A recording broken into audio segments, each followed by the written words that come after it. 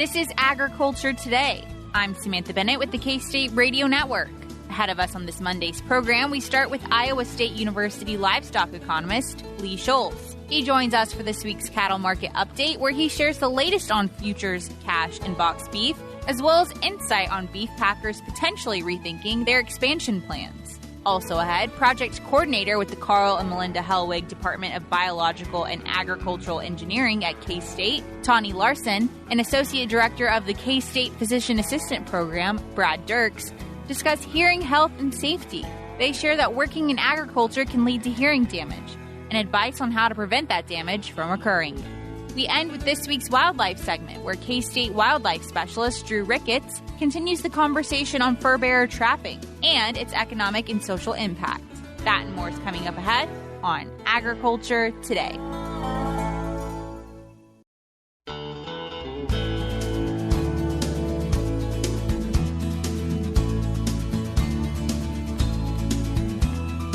This is Agriculture Today. We are kicking off our Monday programming as we always do with our cattle market update for the week. And this week we have joining us Lee Schulz. He is a livestock economist with Iowa State University. So Lee, thanks for joining us. Thanks for having me again. Absolutely. So let's start as we always do. What did the futures look like?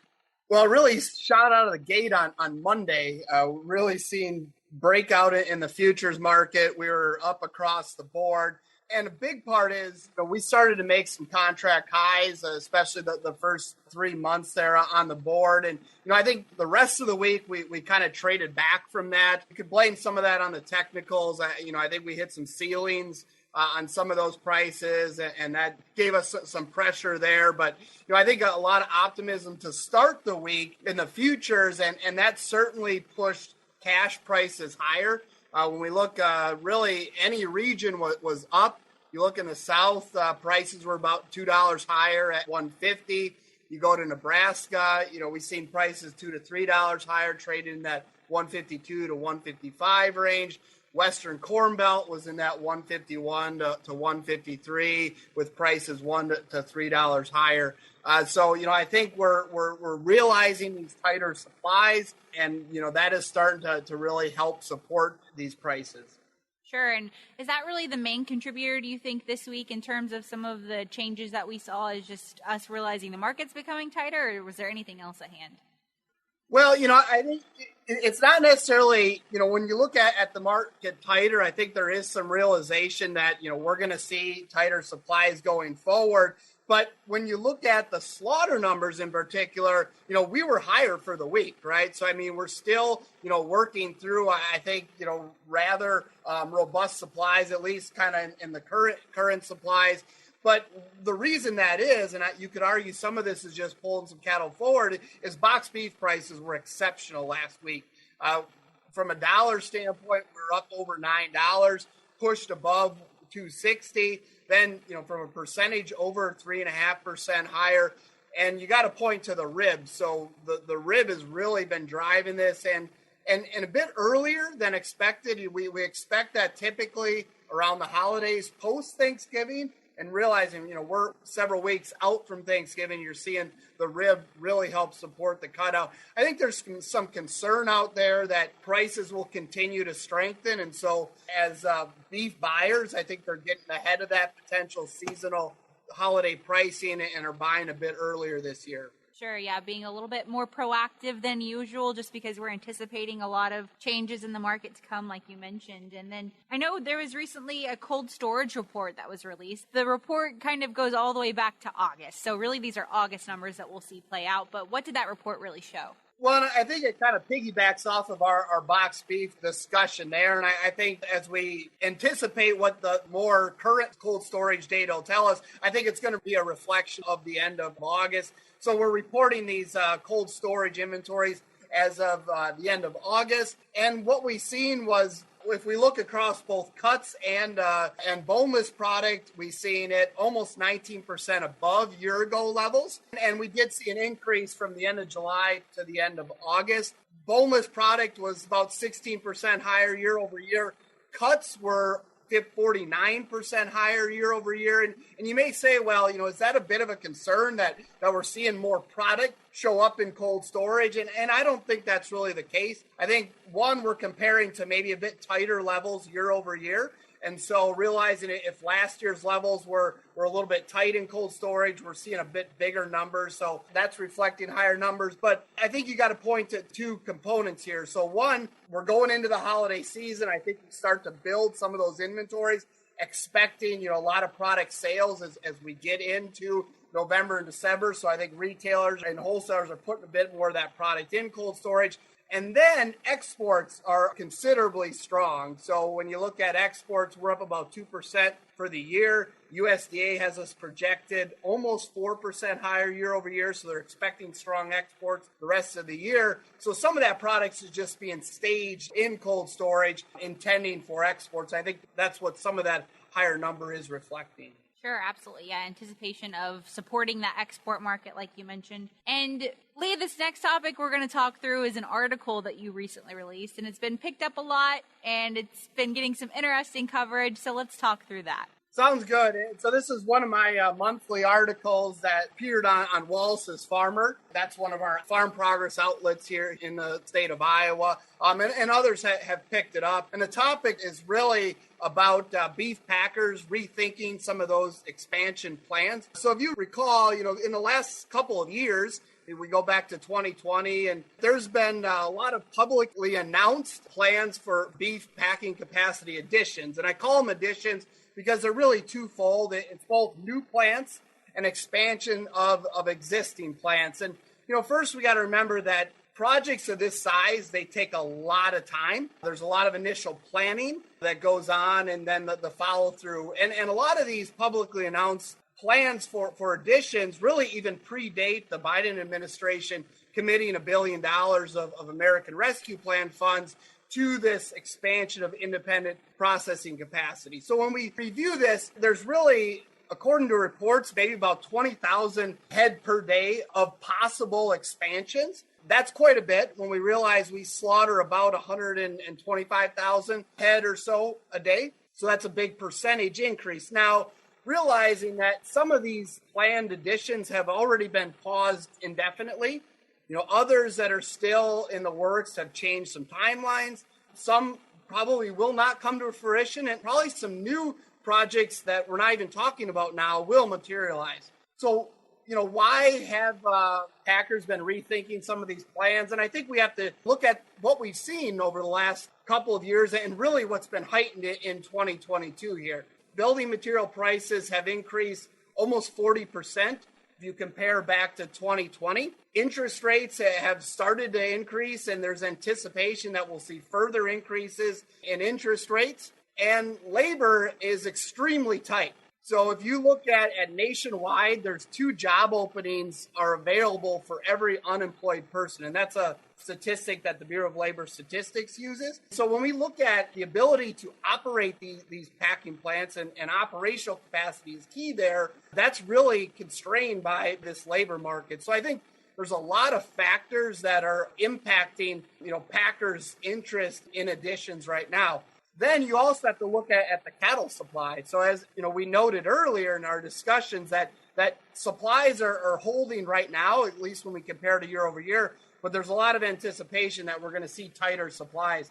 There's forecasts over the next 2 years, we could see a 10% decline in cattle numbers. And so, as you look at the availability of cattle and the price of those cattle, I think that factors into decisions about packing capacity additions as well.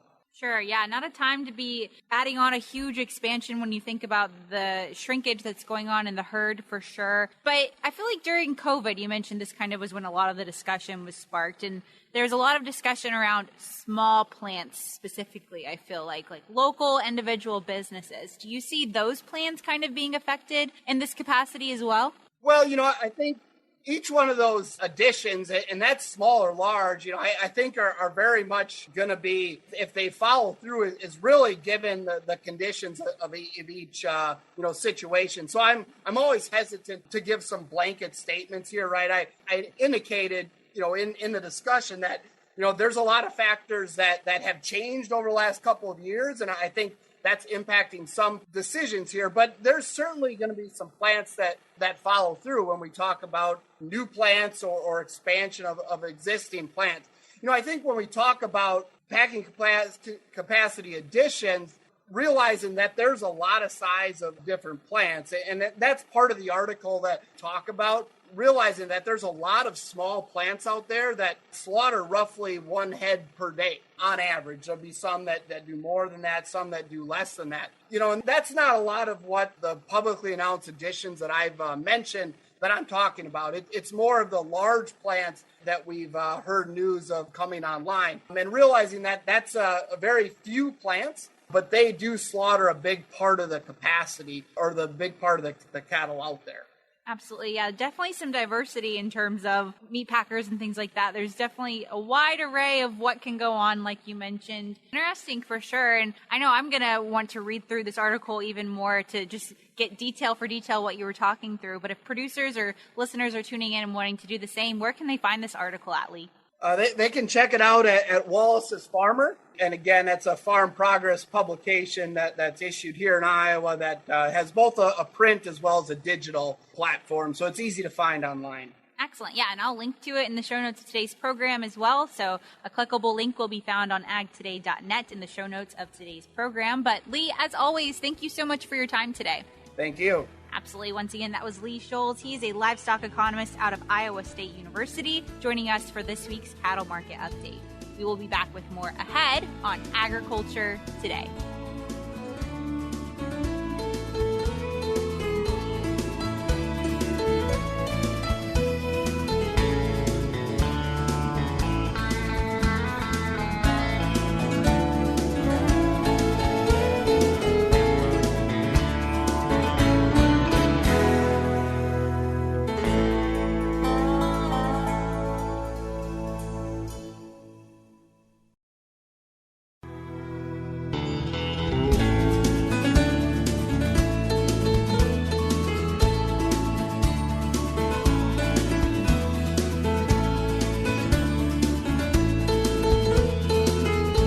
This is Agriculture Today. We are joined now by two guests. We have with us Tawnie Larson. She is a project coordinator with the Carl and Melinda Helwig Department of Biological and Agricultural Engineering here at K-State, as well as Brad Dirks. He is the Associate Director of the K-State Physician Assistance Program. So thank you both so much for joining me today. And today we're focusing specifically on hearing health. So thank you both for joining me for this important conversation. Thank you for having us. Absolutely. So let's start off with just right off the bat. We know that gradual loss of hearing happens with age, right? But in agriculture, some of the hearing loss we experience may not be that natural hearing loss. That's right, Samantha. Hearing loss related to agriculture and other industry is sometimes called the noise-induced hearing loss.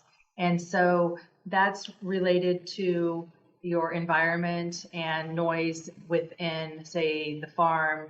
We're talking tractors, machinery.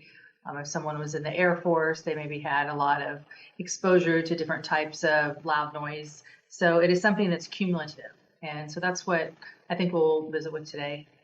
Absolutely. And Brad, you were speaking beforehand when we were chatting before we hit record here that you've experienced this yourself, and growing up and some of the experiences you've had, you've kind of seen the effects of it in your own hearing. Absolutely. So we know noise exposure hearing loss is both at one time, like if you go to a loud concert or you use a circular saw a lot or you do hammering in construction, that can do it. But also it's a cumulative effect over time. So if you work for 40, 50 years around machines or, things that do push you above the decibel cutoff, which is about 80 to 85, we know there's a cumulative loss that occurs as well. Absolutely. And you mentioned that decibel cutoff there. When you say 80 to 85, what kind of noise can we expect at that level? What are some noises that maybe are a good reference point? Good question. You talk at about 60 to 70. The theater is 75 to approximately 105. And motorcycle, your average motorcycle is 80 to 110. We're listening to a lot of music through headphones now, and that pushes it pretty high. You have to be really careful when you wear headphones to listen to music. That's about 95 to 110. And so, the airplanes and all that really pushes us into the high range of that noise-induced hearing loss spectrum.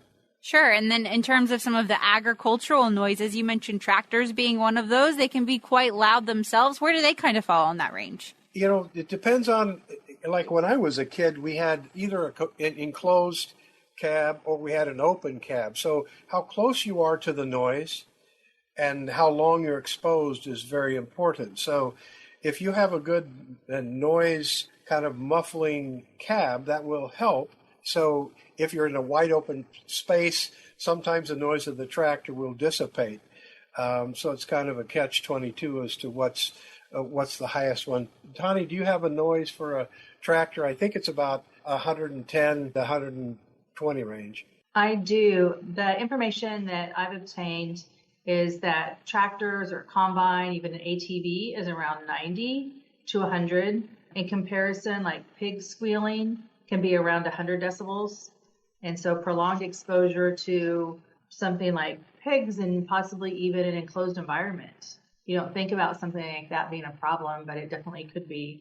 And also, I don't have an actual scale, but, working around cattle, and when you're sorting or you're starting to wean cattle and the mothers and the calves are calling back and forth, that can be very loud as well. And I know when I work cattle with family, I get yelled at a lot, but I'm told I only get yelled at because they need to yell over the livestock.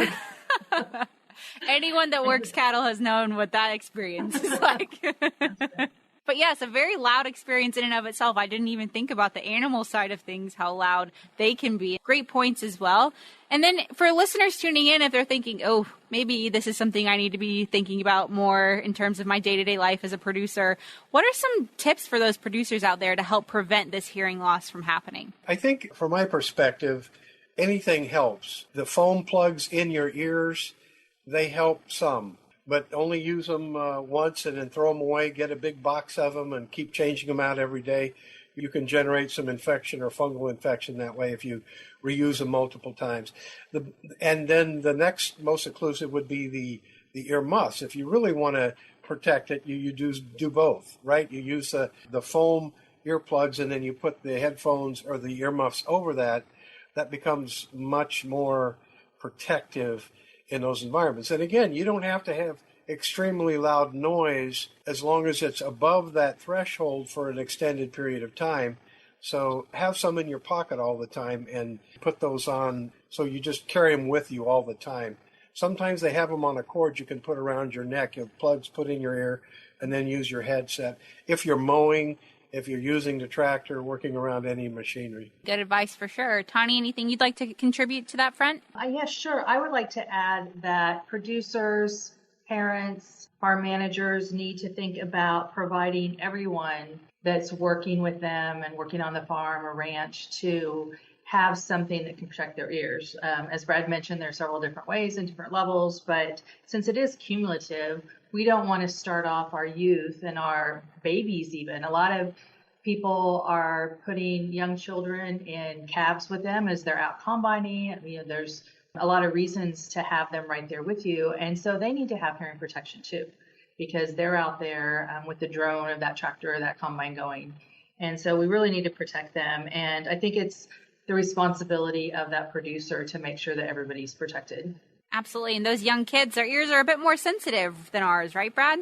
Yeah, they are. And again, it's a cumulative thing. So the younger you start with that noise exposure, the more years you have to a normal high noise levels over the next 60, 70 years. So starting kids young that are on the farm, making sure they have all the necessary things that they need, such as earplugs, things like that. And if producers are tuning in and maybe they're finding themselves having to crank up the radio as they're listening to us or turn up their headphones, whatever it may be, and they're thinking, oh, I think my hearing's kind of taken a turn for a worse. At what point do people need to be going to see an audiologist? My recommendation is that you listen to the people around you, and if they say, "Did you hear me?" or "You're not listening," or "You didn't hear what I said," or you're tipping your head down to hear someone speaking into your ear, you're missing conversation, particularly in large groups, right? So what we find is that with hearing loss, like this, your ear doesn't discriminate. So if you're in a large group, unless you're looking right at someone, watching their lips, or you have your ear turned toward them, and if you can't hear unless you do those things, then that's a clear sign you need to have someone take a look at that. And oftentimes it's our significant others that kind of that push us in that direction, right? Sure, yeah. So if your wife is continuously asking you, did you hear what I just asked you, or repeating herself, maybe that's a good time to go see someone for sure. And just a final note that I'd like to end this conversation on is just the importance of hearing safety, because it's something that doesn't regenerate, right? Once we've kind of had this damage occur, it's not something that can be fixed, really. I agree. It's permanent. Once those little hairs in your ear are killed, it's permanent. And you can have hearing assisted devices, hearing aids that will help, amplify, but that vocal range and the high range of those sound waves is gone. And once it's gone, it's gone. You can't bring them back. One other thing is, if you have a hearing loss in just one ear, the most common loss of hearing is wax or something occluding the ear, right? So if you feel like you're kind of turning your head to hear, go in and have your family doctor see you. It might just be some buildup or something occluding that ear canal, and then they can kind of steer you or head you in the right direction if there's nothing occluding the canal. Absolutely, yeah. A good reminder that maybe if it's just one ear, or if you're like, this seems like this happened overnight or something, maybe it's not hearing loss that's happening, maybe it's an obstruction like you mentioned. So good reminders for sure. Tawnie, as always, you know how I like to end things with you. Any resources that you can suggest for our listeners? The main resource on the hearing loss is to recognize that it's totally preventable. And so there's kind of 3 key points, and you can turn it down, you can walk away, or you can wear hearing protection. I don't know if there's something out there to Google about it, but I think we've covered a lot of basic information that people can take and make some of their own choices and find the protection. It's pretty easy to find at any hardware store and make a move in the right direction. Absolutely. Well, thank you both so much for your time today and for your insight on this conversation.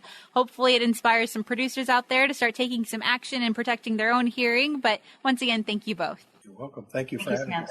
Absolutely. Once again, that was Tawnie Larson. She is a project coordinator with the Carl and Melinda Helwig Department of Biological and Agricultural Engineering here at K-State, as well as Brad Dirks. He's a K-State Behavioral Health Specialist, as well as the Associate Director of the K-State Physician's Assistant Program. We'll be back with more ahead on Agriculture Today.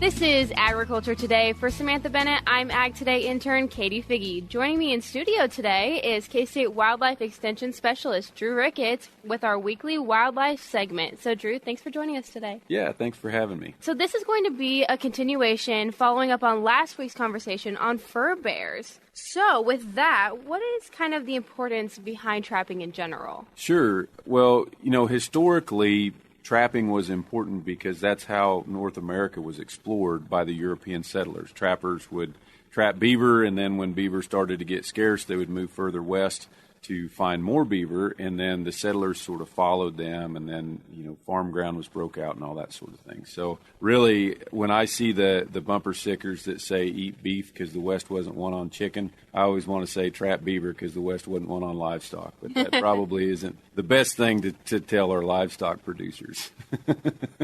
That's certainly very interesting. So I know you talked about importance. What's kind of the economical importance behind trapping in today's terms? Yeah, the fur trade was pretty large for a long time. And then in the late 80s, we had a fur market crash. And since then, it hasn't ever recovered to the historic highs. But retail fur sales are still an important part of our economy. They account for more than $1 billion annually as a contribution to our economy. So that's pretty important. Also employ more than 30,000 people in terms of full-time employees, and then there's another 150,000 folks that have either part-time or seasonal jobs related to the fur industry. So that's quite important. Trappers also spend a fair bit of money to do what they do, and so there's about $300 million annually that trappers spend on supplies and equipment, and that's not counting gas and those sorts of things too that they contribute to the economy.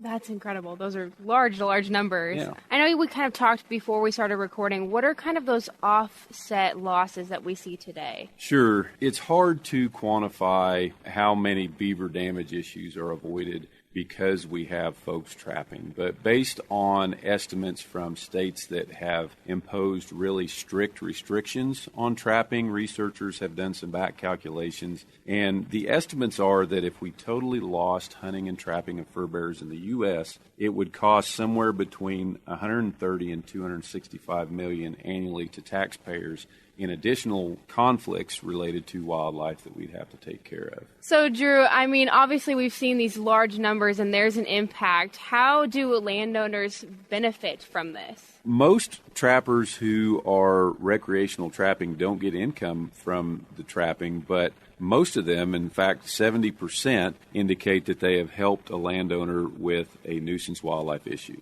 That's incredible. And if there's listeners out there looking for local trappers, where can they find that information, or who do they contact? There's not going to be a list of licensed trappers, but if a landowner is looking for someone to help them with a wildlife problem, a great resource would be to reach out to the Kansas Department of Wildlife and Parks biologist in their area. So I know we talked about the economical importance, but what's the socio-economical impact that we're seeing with trapping? You know, most of that's related back to the enjoyment and the lifestyle of the folks who are taking part in those activities. So trappers are taking part in trapping so that they can interact with nature, be self-sufficient, and then also just because it's part of the rural lifestyle that they enjoy. Absolutely. Where can listeners find more information about these kind of topics if they're really looking to dive deep on some of the information that you're talking about today? The National Trappers Association, the NTA, would have a fair bit of information about fur bearers and their importance to the economy and the importance of trappers to the U.S. and those sorts of things. So that would be a very good place to go. There's also an organization that is the nonprofit that they support called Furbearers Unlimited. If folks did a search for Furbearers Unlimited, that would be another place that they could find some good information as well. And as always, those links to all of that information that Drew just talked about will be found in the show's notes of today's program, which can be found on agtoday.net. But as always, thank you so much, Drew, for coming in and talking about this.